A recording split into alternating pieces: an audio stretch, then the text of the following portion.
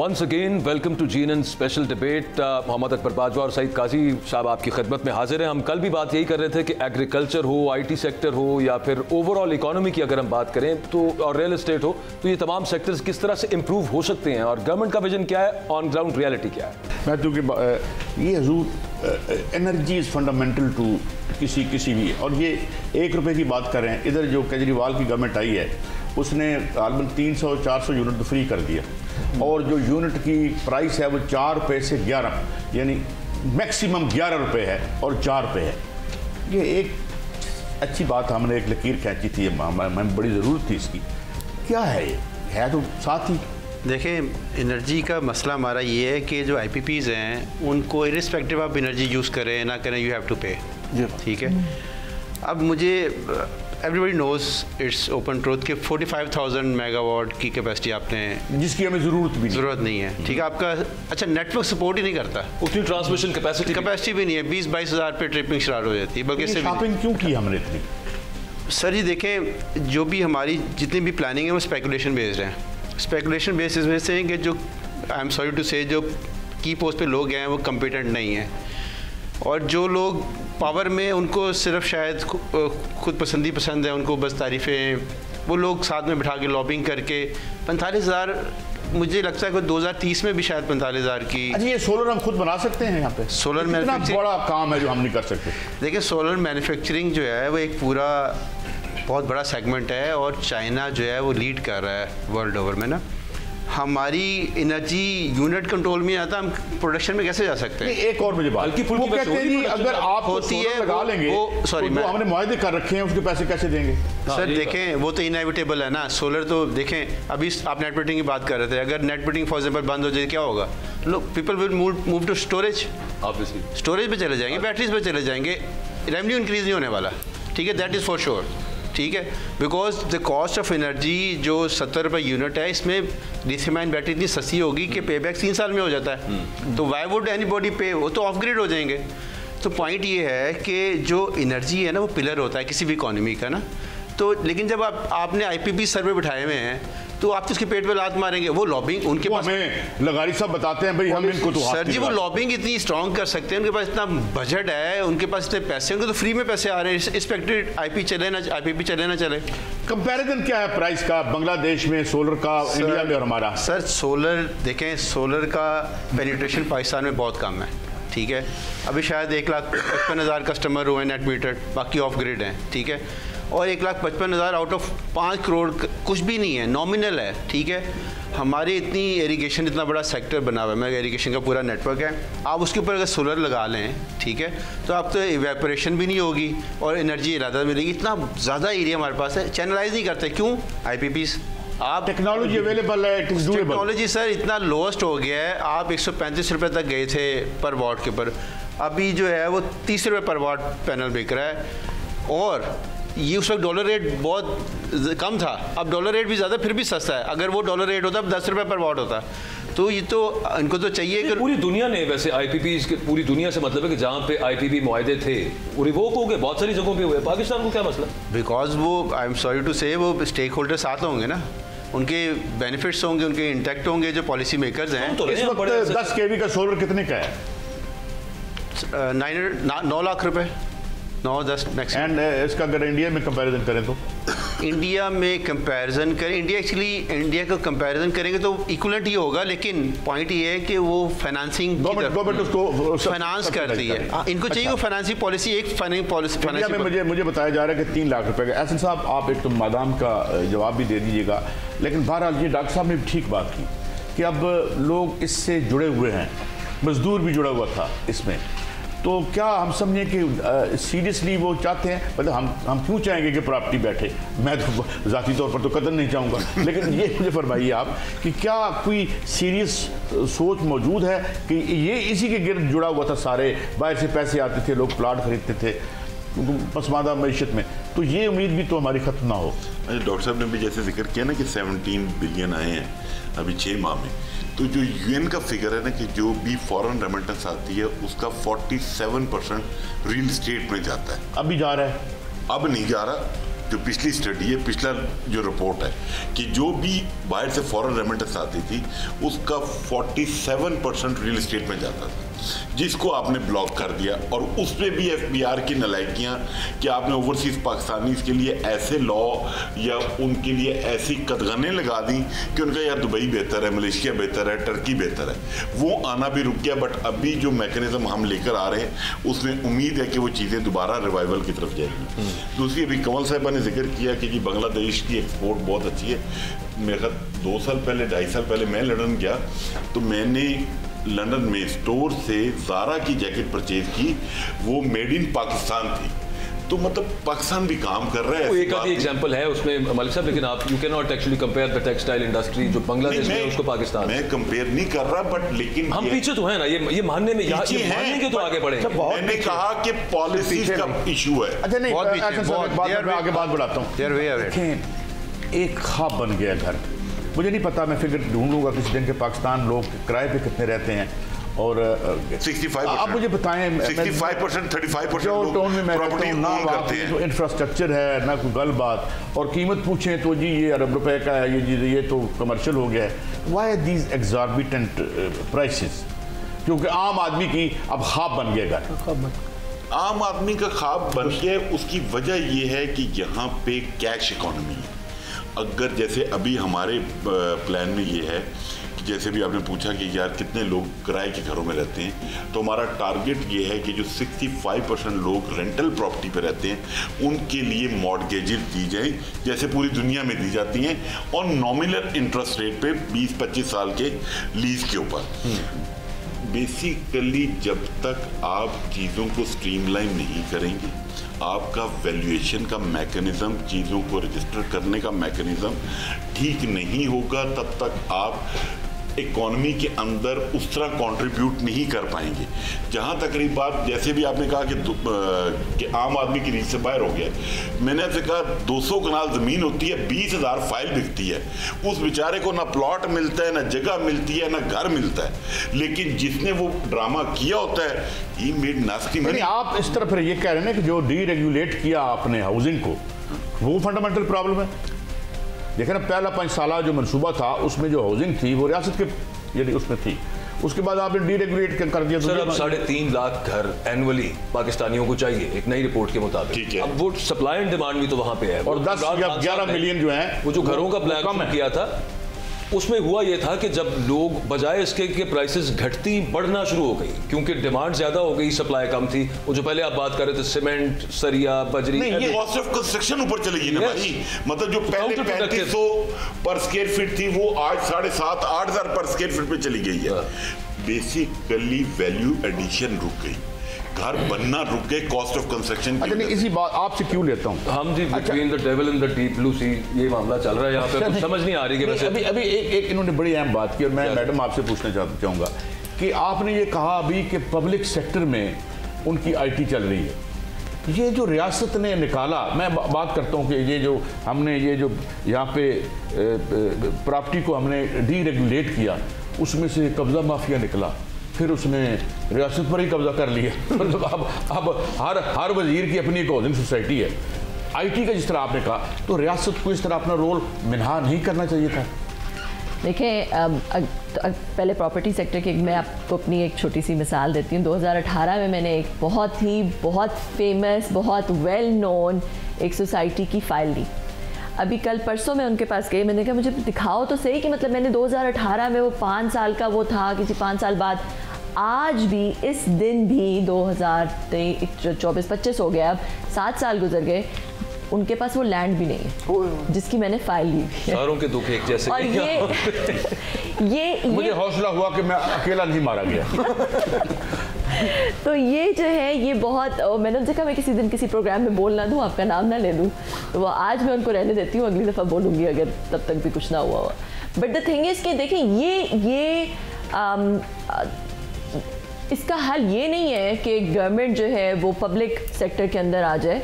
पूरी दुनिया में, ऑस्ट्रेलिया में तो एनर्जी भी डीरेगुलेटेड है, ऑस्ट्रेलिया में तो प्राइवेट एनर्जी कंपनीज हैं जो कि प्राइवेटली हर चीज़, बहुत सारी दुनिया में मुझे लगता है कि ऑस्ट्रेलिया के वज़ीर आज़म जो है वो बिजली का धंधा नहीं करते होंगे। बिल्कुल सही, अंदाज़ा है मेरा। सही है।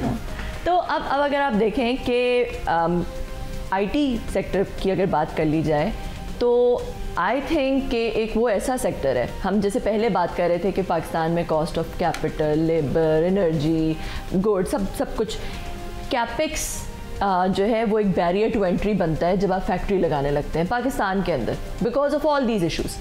आईटी एक वाहिद ऐसा सेक्टर है जिसके अंदर सॉफ्टवेयर जब आपने बनाना है तो वो जो बैरियर टू एंट्री जो कैपेक्स है वो इस इंडस्ट्री के अंदर नहीं है, आईटी के अंदर नहीं है। आपके पास कुछ भी नहीं है ना तो आप कोई ना कोई सॉफ्टवेयर बना सकते हैं। जितना भी हमारे पास कैपिटल है इन टर्म्स ऑफ आईटी, अब इस सवाल का मुझे जवाब दीजिएगा, क्योंकि वी ऑल नो कि ये मामला चल क्या रहा है, इंटरनेट स्लो क्यों हो रहा है बार बार, और ऐप्स क्यों बंद हो रही हैं, पॉलिटिकल डिसेंट है, एक पॉलिटिकल नैरेटिव है। ऐसा कोई तरीका है इस गवर्नमेंट के पास, इस स्टेट के पास और आइंदा के लिए भी कि भाई जो नहीं पसंद आ रहा इसको तो मैं बंद करके रख दूं लेकिन वो उसका बिजनेस पे असर ना पड़े, स्पीड में इसके लिए बंद कर दूं, जलसा हो रहा है मैं इंटरनेट बंद कर दूं तो सिर्फ जलसे वालों को करूं, इनका बंद ना हो? ऐसा तो मुमकिन नहीं होगा ना। मैं रिटोरिकल क्वेश्चन ही पूछ रहा था वैसे।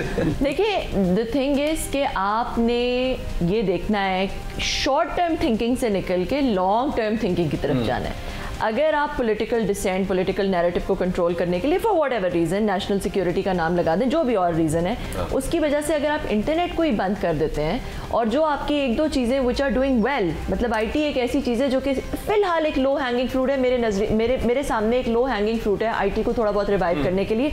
थोड़े से फिगर्स आपको बताती हूँ। 2022 में जो पाकिस्तान के अंदर इन्वेस्टमेंट आई है वो थी $331 मिलियन, ठीक है, जो कि वीसी इन्वेस्टमेंट आई थी in startups related to IT.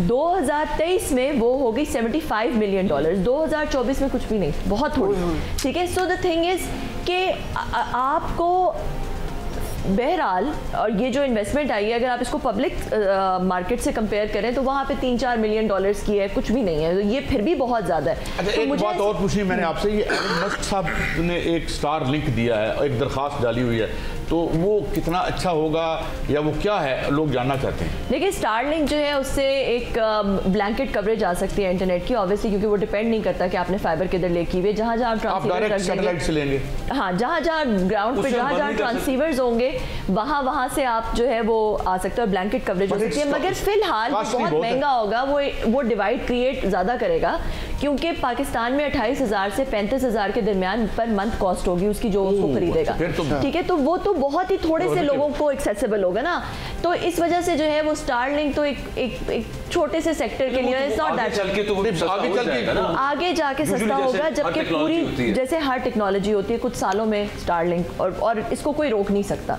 This is the next, जैसे कहते हैं ना, जब टेक्नोलॉजी जो है वो ह्यूमन बींग्स के लिए फ्रिक्शन रिमूव करती है, सिंप्लिसिटी लेकर आती है, कन्वीनियंस लेकर आती है, आप उसको जितना मर्जी रोके रुकती नहीं, वो आएगी ही आएगी, ठीक है, दैट इट विल हैपन। उसको रोकने का कोई मैकेनिज्म हमारे पास निकल सकता है? हाँ, उस ट्रांसीवर्स बंद करते हैं, ग्राउंड ट्रांसीवर्स बंद करते हैं, हल है हमारे पास हर चीज का, खुली भी रहने दें, टेंशन ना लें। मगर देखिए, इसको मैं लास्ट चीज बस ये बात कह दूंगी, मैं अपनी बात खत्म इस बात पे करूंगी कि कोई ना कोई और हल निकाल ले, इंटरनेट बंद करना हल नहीं है, उससे आपकी इकोनॉमी का पहिया रुक जाता है। तो जैसे पहले कहते थे ना कि geography is destiny, now connectivity is destiny, दुनिया वहीं पे जा रही है। नदीम कुरैशी साहब, एहसन मलिक साहब जो बात कर रहे थे, वो कमल चीमा साहब, अभी सारे हम घूम फिर के ना, क्योंकि हम सबका इंटरेस्ट रियल एस्टेट में कहीं ना कहीं है सर, तो वहाँ पे आ जाते हैं। लेकिन इंडस्ट्री के हवाले से मेरा तो ये आर्ग्यूमेंट है, मेरा थीसिस भी मेरा हमेशा ये रहा है कि over period of last decade at least real estate की वजह से इंडस्ट्री को बहुत धचका लगा है। वो जो कमल चीमा साहब बात करी थी, क्या ज़रूरत है मुझे मैं 16 NOCs जाके लूँ और वहाँ पे भी रिश्वतें दूँ, धक्के खाऊँ और फिर इंडस्ट्री चलाऊँ, उसके बाद फिर इंस्पेक्टर आके मुझसे फिर रिश्वतें मांग रहे हैं, और फिर यहाँ पे बिजली महंगी, यहाँ पे एनर्जी महंगी, एक्सपोर्ट पॉलिसी कोई नहीं है, तो बेहतर है मैं वो रियल एस्टेट में चला जाऊँ। तो इंडस्ट्री का इस वक्त अब क्या आगे आपको नज़र आ रहा है मामला, कंसिडरिंग ऑल दिस? देखिए जी, इंडस्ट्री के ऊपर ये कह सकते हैं, ये कलमिया है कि हर रोज़ कोई ना कोई इंडस्ट्री बंद ज़रूर हो रही है, नई नहीं लग रही। अच्छा, नई ना लगने की रीज़न ये है कि आपने इंडस्ट्री के लिए आज तक सर्वाइवल के लिए कुछ किया ही नहीं, मासवाए इसके कि कवानीन बनाने के। अच्छा, वो कवानीन भी ऐसे होते हैं कि एक आप पूरा का पूरा चैप्टर क्लोज कर देते हैं और उसके बाद कुछ दिनों के बाद पता चलता है कि आपने वो चैप्टर जो बंद किया था उसमें तो वो 400 आइटम वो भी आ गए हैं जिसको जिसका तल्लक ही नहीं है इसके साथ। सही, कहाँ इंडस्ट्री जाएगी? अभी रिसेंटली इन्होंने चैप्टर 29, 30, 31 जिसमें एक्सप्लोजन के सारी चीज़ें आ रही थी, जिसमें ज़ाइलिन भी आ रही थी, दूसरी चीज़ें आ रही थी, इन्होंने उठा के सारे चैप्टर बंद कर दिए। अब उसे क्या हुआ, लोगों के माल फंस गए। उसके बाद 6 महीने लोग मिन्नतें करते रहे, करने के बाद फिर उन्होंने रियलाइज़ किया कि यार ये 70 आइटमें तो इसमें आती नहीं है, इसका तो तल्लक ही नहीं था। जब 6 महीने लोगों ने डिस्टेंशन दे दी, बोर्ड पे जुर्माने दिए, उसके बाद लोगों को 6 महीने की एक्सटेंशन मिल गई। अब जून 2025 तक उन्होंने कह दिया कि आप माल मंगा लें। मेरे एक दोस्त ने ना काजी साहब सोलर पंखे मंगवाए चाइना से, और वो जब क्लियर हुए ना तो सर्दियाँ आ गई वो बेचारा लेके बैठा हुआ करना क्या है। और जो आप बात करें इंडस्ट्री की, यकीन माने कि एक बहुत बड़ा जहाद है, लेकिन उसके बावजूद भी आज भी आपकी इंडस्ट्री सरवाइव कर सकती है। ऐसी कोई बात नहीं कि आपकी इंडस्ट्री एक्सपैंड कर सकती है। इस बिजली के साथ लेकिन आप कैसे रहे? नहीं, मैं देखिए 2 चीज़ें, एक आप एक्सपोर्ट की इंडस्ट्री, एक आपकी इंपोर्ट सब्स्टिट्यूशन की इंडस्ट्री। अच्छा, एक्सपोर्ट के लिए तो आपकी बात बिल्कुल मैं 100% एग्री हूँ, लेकिन इंपोर्ट सब्स्टिट्यूशन के लिए जो चीज़ें आप बाहर से इंपोर्ट कर रहे हैं, आपके $80 बिलियन से ऊपर चले गए आप, उनमें से इतना पोर्शन जो इंपोर्ट सब्स्टिट्यूशन कर सकता है, जो पाकिस्तान लगना शुरू हो जाए, तो उसके लिए आप एक्सपोर्ट की बात छोड़ दें। जो आप एक्सपोर्ट करते हैं, आप इंपोर्ट की सब्स्टिट्यूशन ले लें। अगर आप $20 अरब इंपोर्ट से बचा लेते हैं और वो पाकिस्तान में इंडस्ट्री लगा के उसे पूरा कर लेते हैं, तो उसमें हर्ज कोई नहीं। अच्छा, माजरत के साथ आजम साहब से मैं बात, जो खान साहब ने भी एक ज़माने में जब इंडस्ट्री दिया, MST स्कीम दी, उस वक्त भी इंडस्ट्री मिन्नतें करती रही कि खुदा के लिए आप इंडस्ट्री को फैसिलिटी दें, इस पाकिस्तान में इंडस्ट्री लगने दें, लोगों के पास पैसा है उनको डेडिकेट कर दें कि जी आपने कौन सी इंडस्ट्री लगानी है, उसके लिए आपको कितना टाइम फ्रेम चाहिए, वो टाइम फ्रेम दें। अगर वो देता है तो उसको नो क्वेश्चन पे लगने दें। मुझे बताएं कि अगर एक बंदे के पास 10 अरब रुपया है और इस मुल्क के अंदर वो इंडस्ट्री लगा देता है और 2000 का वहाँ पे मजदूर काम करता है, लेबर काम करती है, आपके स्टूडेंट काम करते हैं, मिडिल अपर क्लास काम करती है, तो वो 10 अरब का उसको सवाल पूछने का नुकसान। टैक्सेशन प्रोहिबिटिव है, सेल्फ डिफीटिंग टैक्सेशन ऐसी है। बात करें, बिल्कुल ठीक बात है। एक और चीज़ देखें ना, पॉलिटिकल डिसेंट पे बहुत सारे लोगों की पिछले साल डेढ़ में इंडस्ट्रियाँ तबाह भी हुई हैं। तो जो बंदा बाहर से पैसे लेके आएगा कहेगा पता नहीं कल को मैं इस पार्टी के साथ हो गया मेरी। छोटी सी ब्रेक के बाद वापस आते हैं, डिस्कशन को यहीं से कंटिन्यू करेंगे। Welcome back. मेरे साथ एक बहुत बड़ी ह्यूमन राइट एक्टिविस्ट, तो मैंने उन्हें सवाल किया कि जी ये बताएं कि आप इंसानी हकूक़ की बात करती हैं, वो कौन से सियासी हकूक़ हैं जो माशी हकूक़ से पहले मिल जाते हैं? तो मुझे कहने लगे कि ये तो आप 20वीं सदी के हकूक़ के कंसेप्ट है, 21वीं सदी के हकूक़ का कंसेप्ट बदल गया। तो मैंने अर्ज़ की कि क्या 21वीं सदी में लोगों ने बीमार होने से इनकार कर दिया या उन्हें भूख नहीं लगती? कहाँ है कॉन्स्टिट्यूशन जो है, आर्टिकल चले 3 भी है, 4 भी है और 5 भी है, क्या हम रियासत के साथ लायल रहेंगे? वो आर्टिकल 3 कहाँ चली गई? वो 38D कहाँ चला गया कि रियासत मेरा ख्याल रखेगी? What happened? नहीं जी, इकोनॉमी को उस तरह से प्रायोरिटाइज नहीं किया गया कि जो फंडामेंटल राइट्स हैं, और फ्रेंकली ये सिर्फ पाकिस्तान में नहीं है, जो ह्यूमन राइट्स की जो मोहतरमा आपके साथ बात कर रही थी, वो एक पॉइंट पे दुरुस्त थी कि जब यूनाइटेड नेशंस का चार्टर भी बना था तो उस वक्त जो कैपिटलिस्ट कंट्रीज़ थी वो यही कहती थी कि जी फ्रीडम ऑफ स्पीच और कॉन्शियंस और ये चीज़ें हम डालेंगे, मगर जो मुआशी हकूक़ है वो नहीं हमने डालना है। वो सोशलिस्ट कंट्रीज़ जो थी वो कहती थी ये भी शामिल करें कि जी राइट टू लाइफ भी होना चाहिए, आप एक सिक्योर लिविंग होनी चाहिए, इकोनॉमिक राइट्स आपके होने चाहिए, पॉवर्टी से, हंगर से छुटकारा, फूड सिक्योरिटी, ये सब चीज़ें जो। मगर मैंने जितने NGOs का मंशूर और चार्टर देखा उसमें पॉवर्टी जो है वो ह्यूमन राइट्स में है ही नहीं, लिखी नहीं हुई। वो तो फंडिंग पे डिपेंड करता है जी, कि देखिए ना NGOs ने तो चलना है फंडिंग पे। अब फंडिंग पहले से एयर मार्क होती है कि हमने इतने पैसे जेंडर के क्वेश्चन पे देने, इतने हमने इस पे देने, इतने उस पे देने। तो ये यहाँ के NGOs का तो इशू ही नहीं है, तो इशू है अब जहाँ से फंडिंग आनी है उनने पहले तय किया हुआ कि इतने पैसे इस चीज़ के लिए, इतने पैसे इस चीज़ के लिए, इतने पैसे इस चीज़ के लिए। अब जो नदीम साहब ने बात की है ना, जो उन्होंने ISI की तारीफ़ की है, ISI से मेरा मतलब है इम्पोर्ट सब्स्टिट्यूट इंडस्ट्रियलाइजेशन। आपकी बहुत मेहरबानी, थैंक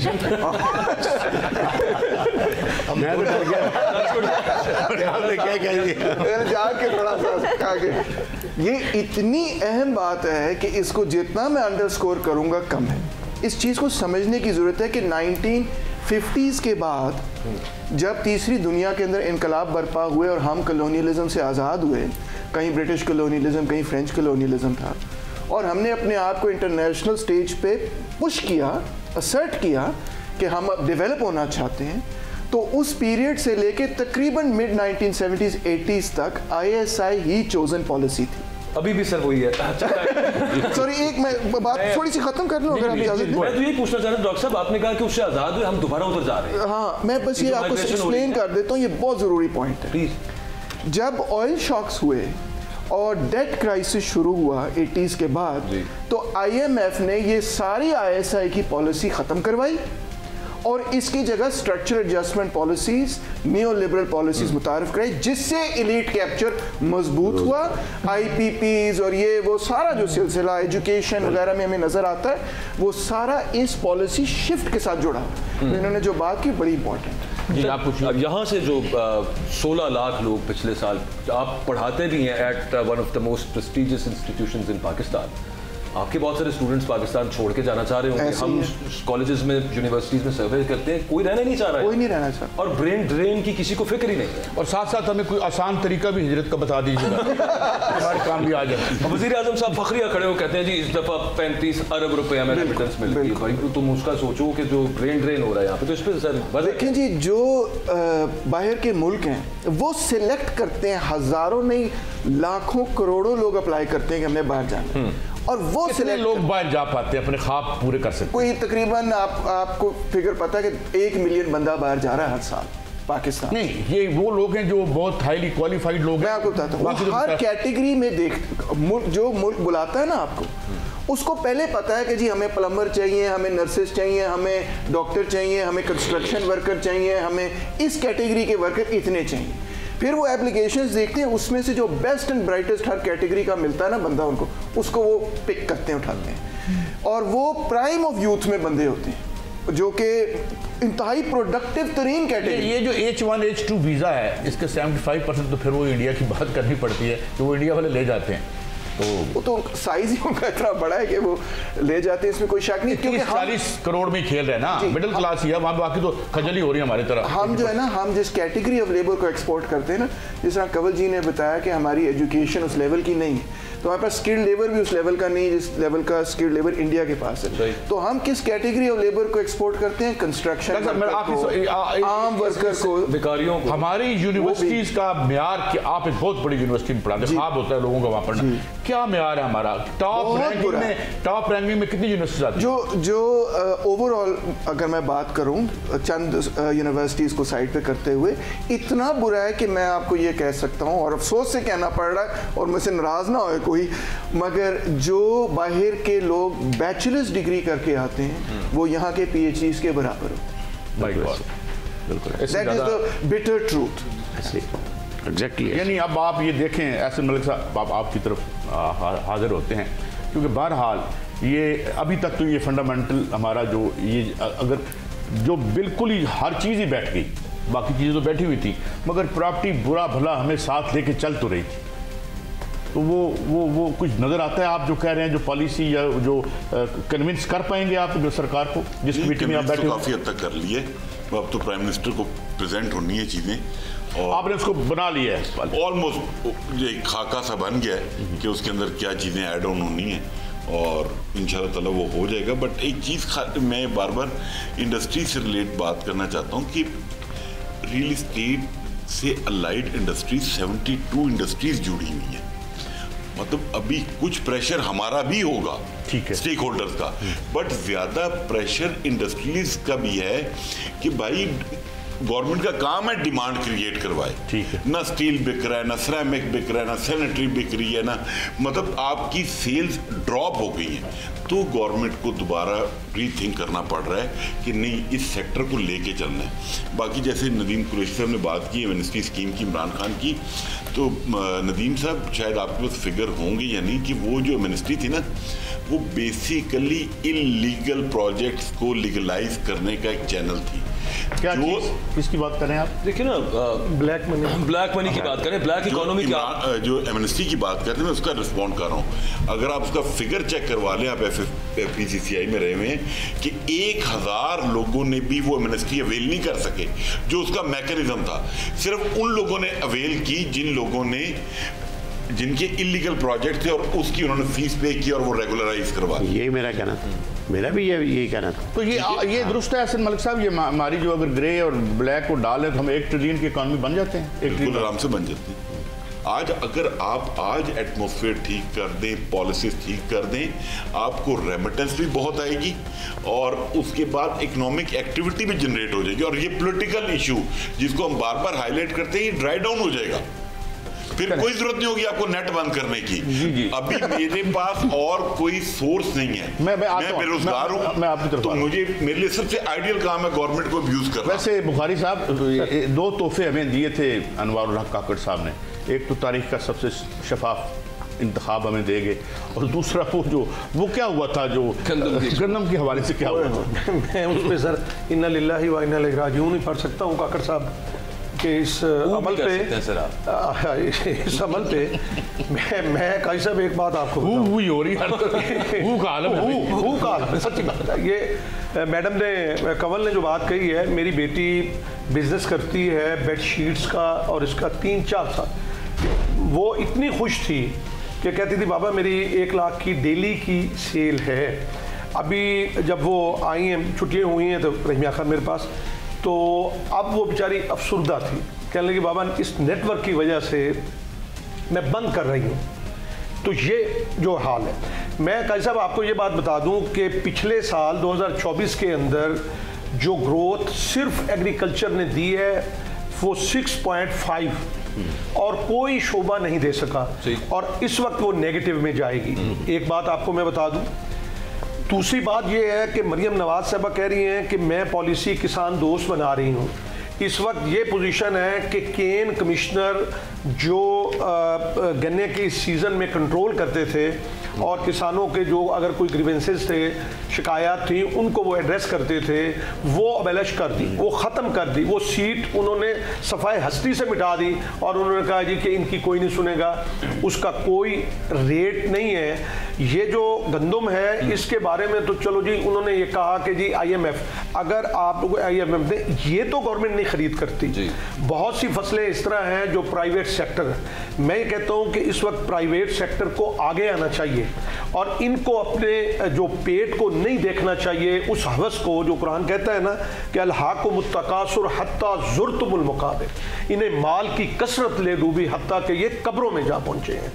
मैं इन अपने भाइयों से कहूँगा कि खुदा के लिए अपने खुदारा हाथ जोड़ के मैं कहूँगा कि अपने मुल्क के लिए सोचिए, मत मारिए किसान को। आपकी 50%, 48% डायरेक्टली और इनडायरेक्टली इस वक्त भी रोजगार जो है वो आपको ज़राअत दे रहा है। आपकी पिकिंग मजदूर करता है, आपकी जो है गंदम की कटाई मजदूर करता है, आपकी गन्ने की छिलाई मजदूर करता है, उसका पेट पलता है। आप जहां भी चले जाएं, जो आज हमने ये कपड़े पहने हुए हैं, मैडम ने कपड़े पहने हुए हैं, उसके पीछे ज़राअत है। ये अंदर भी किसान है। आप किसी किराने की दुकान पे चले जाएं, आपको किसान नजर आएगा। आप किसी रेडी वाले के पास चले जाएं, उसको रोजगार मिल रहा है, किसान नजर आएगा। मैं ये कहता हूं कि आप मार्केटिंग का निज़ाम दुरुस्त कीजिए। अच्छा, सपोर्ट प्राइस दीजिए। सपोर्ट प्राइस जो है वो पूरी दुनिया में कॉटन कहीं भी कोई मुल्क ऐसा नहीं है जहां पे कॉटन की सपोर्ट प्राइस मुकर्रर ना हो। सही है, ये मैं बता रहा हूं। और आज जो है वो कॉटन को भी इन्होंने सपोर्ट प्राइस होनी चाहिए कि फ्री मार्केट होनी चाहिए। एक में आप नहीं होती है, बहुत जरूरी सर, होती है सर, एग्रीकल्चर में है। बादशाह साहब मैं यही तस्दीक करना चाह रहा हूं कि बाहर के मुल्कों को आप देखिए, सपोर्ट प्राइस है जी, बिल्कुल है, सपोर्ट प्राइस है। एक और बात है जो कि ज़राअत से जुड़ी है सर, और ये वाकया है सर कि मैं बस में जा रहा था तो एक नौजवान मेरे साथ, उसने मेरे बगल से किताब खोली तो मुझे पूछने, मेरा ख्याल है कोई लेफ्टिनेंट था, ये मुझे कहता है कि अनइवन डेवलपमेंट का क्या मतलब है। मैंने कहा मैं इसे कैसे बताऊँ।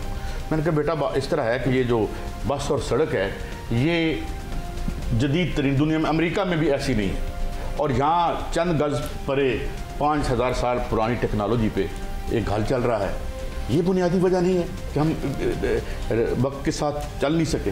यानी देखे ना दो दुनिया मतलब BMW खड़ी होती है और खोता रेडी उसका रास्ता रोक के खड़ी होती है। ये भी एक वजह है ज़राअत में अनइवन डेवलपमेंट है जो हम वाई हॉलैंड पूरी दुनिया में एक इतनी बड़ी एक्सपोर्ट कर लेते हैं, छोटा सा मुल्क है और हम बेच रहे हैं। वही पॉलिसी की बात हो गई है कि पॉलिसी नहीं है। मैं अगले दिन पढ़ रहा था तो चेक स्लोवाकिया की 2035 तक की जो है वो उनकी एग्रीकल्चर पॉलिसी आ गई। पता होता है किसान को कि भाई मुझे अगले साल क्या मिलना है, मेरी इनपुट्स की कीमतें क्या होनी है। यहाँ तो पलक झपकते ही काई साहब, आप जाए ना इस्लामाबाद में जो बंद कमरों में बैठ के हमारी किस्मतों के फैसले करते हैं, हम जाते हैं कोई मीटिंग्स के अंदर, हम जैसे लोगों को तो वो बुलाते नहीं। अभी मलक साहब कह रहे थे कि क्राइसिस तो नहीं आ रहा है साल गंदम का। सर जी बिल्कुल, गंदम 40% जो है वो कम हुई है, महंगी हो जाएगी। अब मैडम कह रही थी कि किसान भाइयों गंदम बीजो, हमने कहा मैडम हम नहीं बीजेंगे, हमें क्या मिलता है उसके अंदर। हमें तो देखें आप ये शॉर्टफॉल कितनी लग रही है आपको सर? शॉर्टफॉल कितना? शॉर्टफॉल सर 30% 40% शॉर्टफॉल होगा। वो प्रॉब्लम यूं सोचते हैं कि आप जब यूक्रेन से रशिया से इंपोर्ट करते हैं तो वो आपको उससे सस्ती पड़ती है जितने की आप यहाँ प्रोड्यूस करते हैं। सर ये तो नाइंसाफी है ना, ये नाइंसाफी है कि आप अपने किसान को मार दो। मैं आपको बताऊं कि ऑस्ट्रेलिया के अंदर एक दफा सरप्लस हो गई हो गई और वहां पे दिमाग बैठे हैं जो मुल्क के लिए सोचते हैं। यहाँ जो बैठे हैं जो साइकिल पे आया सियासतदान, सिर्फ सियासतदान नहीं, ब्यूरोक्रेट को आप देखें। चल नहीं, मैं तो ये पूछ रहा था कि ब्यूरोक्रेट को आप देखें, आप ये देखें कि उसकी तनख्वाह कितनी है। वो बड़ी अच्छी तरह सर, उसका बेटा जो है लंदन में पढ़ता है, एजुकेशन में भी पढ़ता है, कोई नहीं उसका रहन सहन कोई देखे, उसके बूदोबाज देखे, कोई नहीं देखता। और जो बर्द गिरती है तो बेचारे किसानों पे गिरती है, कोई हमें जो है वो उसकी जो हमारी इखराजात होते हैं उसके मुताबिक जो वर्क है। छोटी सी ब्रेक के बाद वापस आते हैं। वेलकम बैक हजूर। हम चाहते हैं ज़रा वर्क ज़रा मस्बत अंदाज में हमारे ऊपर गिरे, तो डू यू सी एनीथिंग? ये जो आज बातें हो रही हैं जी कि हम नीचे लेके आ रहे हैं और टेक एंड पे ख़त्म करने लगे हैं, वो क्या कहते हैं, टेक एंड पे लेके आ रहे हैं जी, ग्रॉस मीटरिंग की बात कर रहे हैं आप। एक्चुअली देखें ये जो बातें कर रहे हैं ना, इसका एक मोटिव है, इन्होंने फैसिलिटेट करना है एक ही सेगमेंट को जो हमें पता है IPPs को, अदरवाइज़ कोई ऑब्जेक्टिव बनता नहीं है। हुकूमत को तो इम्पार्शियल होना चाहिए ना, उसको तो फैसिलिटेट करना चाहिए कि लोग ज़्यादा से ज़्यादा सोलर लगाएं। जहाँ तक ये एग्रीकल्चर की बात कर रहे हैं, आपको पता है वो एरिया अब कल्टीवेट हो रहे हैं सोलर की वजह से जो कभी सोचा भी नहीं था, क्योंकि सोलर पंप्स जो हैं वो तो you don't need any grid there, now you can.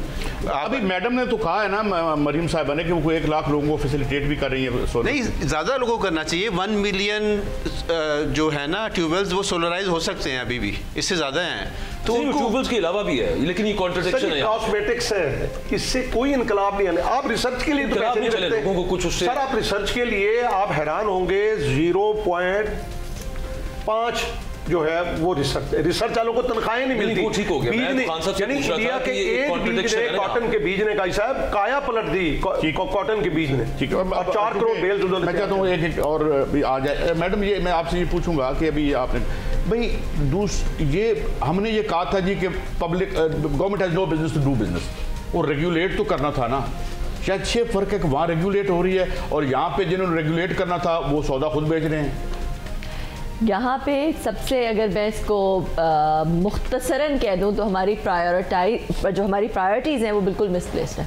हमारी जो पॉलिसी जब बनती है तो उसमें जो देखा जाता है, जो सब लोगों ने यहाँ पे बात की कि हमारा जो पाकिस्तान का जो एलीट सेक्टर है ना, वो मेरा ख्याल है, मैं अगर ये कह दूं कि दुनिया का सबसे अनप्रोडक्टिव एलीट है तो शायद ये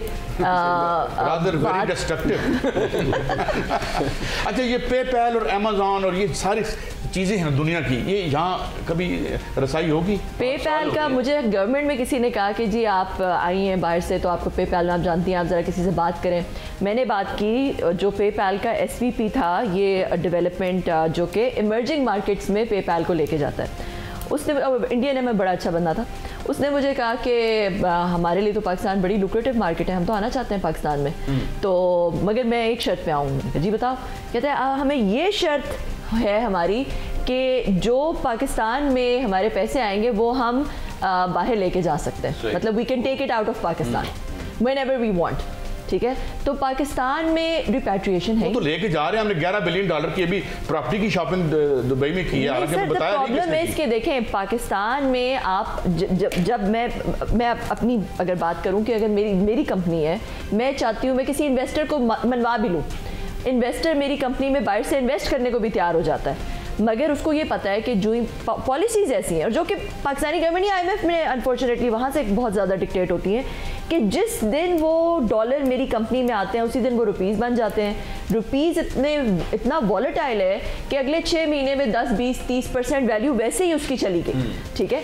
और जो रिपैट्रिएशन है ही नहीं, अगर मैं वो चाहती हूँ, अब मैं अपनी आपको मिसाल देती हूँ, मैं यहाँ पे एक I run a software company, उसमें आप जो है वो कोई मैंने पे करना है गूगल को, मैंने पे करना है फेसबुक को, मैंने पे करना है अमेजोन को, मैंने पे करना है मोंगोडीबी को, बहुत सारे बाहर के वेंडर्स को पे करना है। अच्छा। उस पर लिमिट सहकारी नहीं सकती, बहुत सारी पेमेंट्स नहीं हो सकती। सिर्फ ये वजह पेपॉल के पाकिस्तान आने की, जी सिर्फ ये repatriation is the only one reason जिसकी वजह से कोई गारंटी नहीं कर सकता। थोड़ा वक्त कम है डॉक्टर साहब, फिर असी थोड़े वालों ना ही समझिए डिस्कशन हो रही है। ये डॉलर की असल प्राइस क्या है? कुछ कहते हैं 211 का होना चाहिए डॉलर की। अच्छा सर उसको छोड़ें, मैं 5 चीजें कहना चाहूंगा। जी चलें, सॉल्यूशंस की तरफ जाते चले प्लीज। एक तो जी सपोर्ट प्राइस बड़ी जरूरी है। उसकी वजह ये एग्रीकल्चर में, ठीक हो, उसकी वजह ये कि एग्रीकल्चर का टर्नओवर इतना लंबा होता है, वो इतना रिस्की होता है कि ये पूरी दुनिया के अंदर तकरीबन सपोर्ट प्राइसेस एग्रीकल्चर की स्टेबिलिटी के लिए बहुत ज़रूरी होती है। एक दूसरी बात ये जो मैं गवर्नमेंट को कहना चाहूँगा कि 17.5 बिलियन जो भी आया है और भी आएगा रेमिटेंस में, रेमिटेंस बॉन्ड की जो प्रपोजल पहले भी है ऑलरेडी, उसको गौर से देखें। इस रेमिटेंस मनी को ऐसी तरह से इस्तेमाल करें कि बजाय इसके कि वो अनप्रोडक्टिव सेक्टर में जाए, वो प्रोडक्टिव सेक्टर में जा सकता है, मगर इसके लिए अच्छा फाइनेंशियल एसेट डिजाइन करना होगा, रेमिटेंस बॉन्ड। डॉक्टर साहब एक बात और, लोग घरों में डॉलर रख के बैठे हैं छुपा, क्यों सरकार इजाजत नहीं देती कि यार उनको बैंकों में रखो और हम सिक्योरिटी देते हैं? ये अलग बात हो जाएगी, मगर मैं अपने 5 बात पहले पूरे कर लूं। तीसरी बात है FBR की। FBR बार बार ये कह रहा है जी 9% टैक्स पे बात नहीं बनने लगी। अगर आप हमारे लेवल ऑफ इकोनॉमीज को देखें तो आपको पता चलेगा कि आप इसको अगर ज़्यादा से ज़्यादा भी बढ़ा देंगे तो 1, 2, 3% से ज़्यादा नहीं बढ़ा पाएंगे, क्योंकि इकोनॉमी में इतनी कैपेसिटी नहीं है। जितनी इकोनॉमी ग्रो करती है फिर टैक्स रेट भी ग्रो कर सकता है, मगर 9% एक थर्ड वर्ल्ड कंट्री जो कि बिल्कुल दबा हुआ है उसमें नहीं होने लगा। FBR को करने की ज़रूरत यह है कि बजाय इसके कि इनडायरेक्ट टैक्सेस इतने ठोक दें आप जो कि गरीब देता है, आप इस पूरे स्ट्रक्चर को डायरेक्ट टैक्सेशन की तरफ लेके आएँ और सिंप्लीफाई करें। पावर के मामले पर IPP से तो बड़ा डिजास्टर कोई हो ही नहीं सकता इसमें। ये तो अब तयशुदा बात है, गवर्नमेंट भी इसको, वैस लगारी साहब भी डिनाई नहीं करते, मगर इस पे फर्म एक्शन की ज़रूरत है कि इनको आप पकड़ें। But who will bell himself? Who will bell the cat? यही असल मसला है।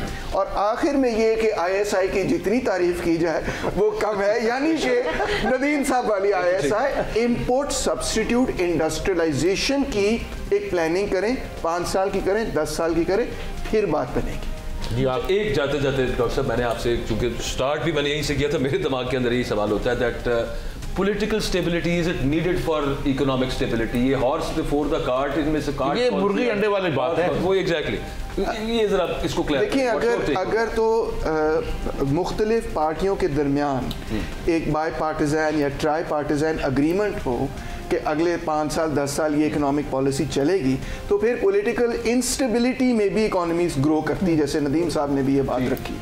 अगर तो ये मामला हुआ कि नई पार्टी जब भी आए, क्योंकि हमारे यहाँ तो 3 साल बाद नए लोग हुकूमत आ जाती है, कभी पहले भी कि उसने जो है ना सारे पिछले मंसूबे उड़ा दिए। जिस तरह मैं फ्रेंकली जब मुशर्रफ साहब की इधर हुकूमत थी काफ लीग की, तो मैं तो खिलाफ था डिक्टेटरशिप के, मगर जो उनकी कुछ प्रोजेक्ट्स थे वो बहुत अच्छे थे। लोग आप कहते हैं 3 साल बाद बदल जाते हैं। मैं समझता हूँ वतन अजीज की जो आखिरी उम्मीद है वो 81 में तशरीफ लाए थे मियां नवाज शरीफ साहब जी, मेरे साफत में आने से भी चंद साल पहले, माशाल्लाह अभी तक मौजूद हैं। ये लोग रोटेट करते हैं ना, ऐसे ऐसे घूमता रहता है। हर 3 साल बाद आप 90s को देख लें कि गवर्नमेंट जो है उलटती रही है, और पॉलिटिकल गवर्नमेंट तो एक गवर्नमेंट है जो कि असल गवर्नमेंट है, और एक गवर्नमेंट है वो जो कि पॉलिटिकल पार्टी की बात कर रहे हैं। हाँ, वो तो उलटती रहती है, और जब उलटती है तो वो कहते हैं अच्छा यार ये जो फला बिजनेसमैन थे, ये तो मेरी मुखालिफ पार्टी के साथ जुड़े हुए थे, इनके प्रोजेक्ट मैंने फेल करा देने, ये नहीं होना चाहिए।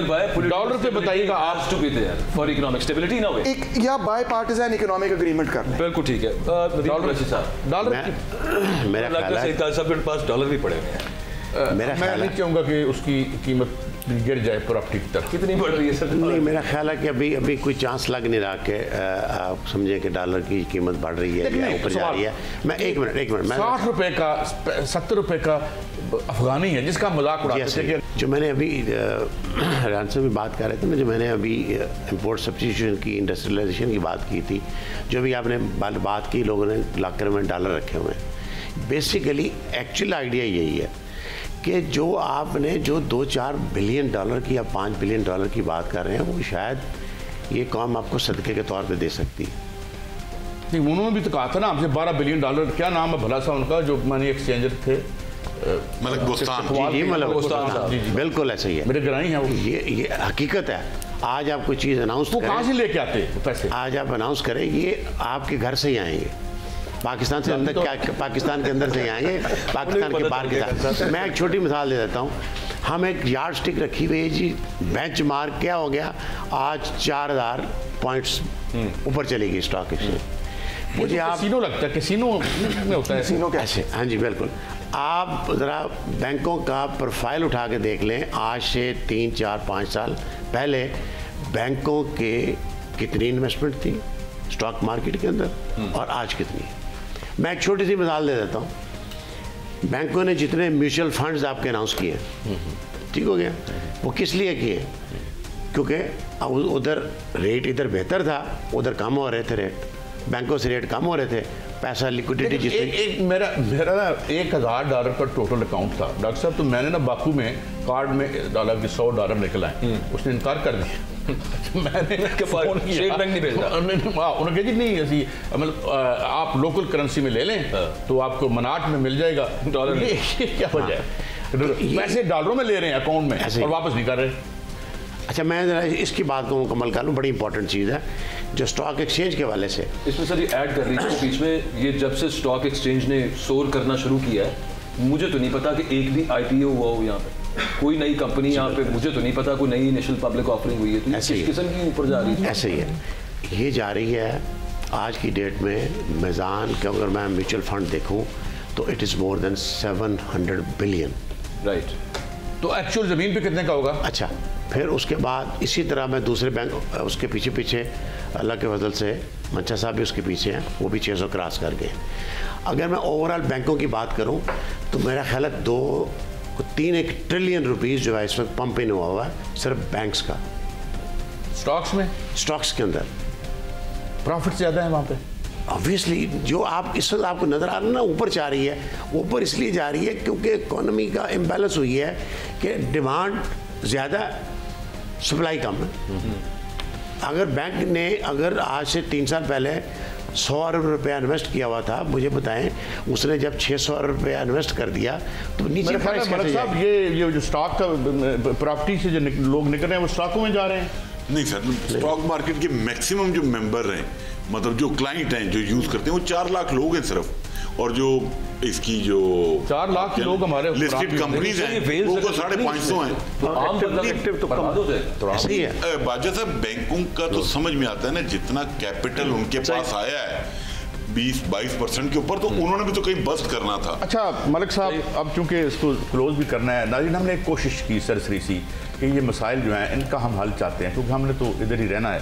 तो इस हवाले से ज़रा आप, मैं तो कह रहा था हम उड़ान पाकिस्तान पे एक्चुअली कुछ डिबेट करने बैठे थे, लेकिन अल्लाह ताला ने ऑप्टिमिस्ट हैं जी ऑप्टिमिस्ट, लेकिन भाई साहब बगैर आपको जो नज़र नहीं आ रहा कुछ ऑन ग्राउंड इन रियलिटी, तो फिर ऑप्टिमिज्म हमें मुफ्त का रखने का तो फायदा नहीं। उससे बेहतर मेरा नहीं ख्याल, या आपका भी ये ख्याल हो कि जो चीज़ें हैं, जो प्रॉब्लम्स हैं, उनको पहले अच्छा कोई और काम हो रहा हो, आप प्रॉपर्टी को जरूर उठाइएगा।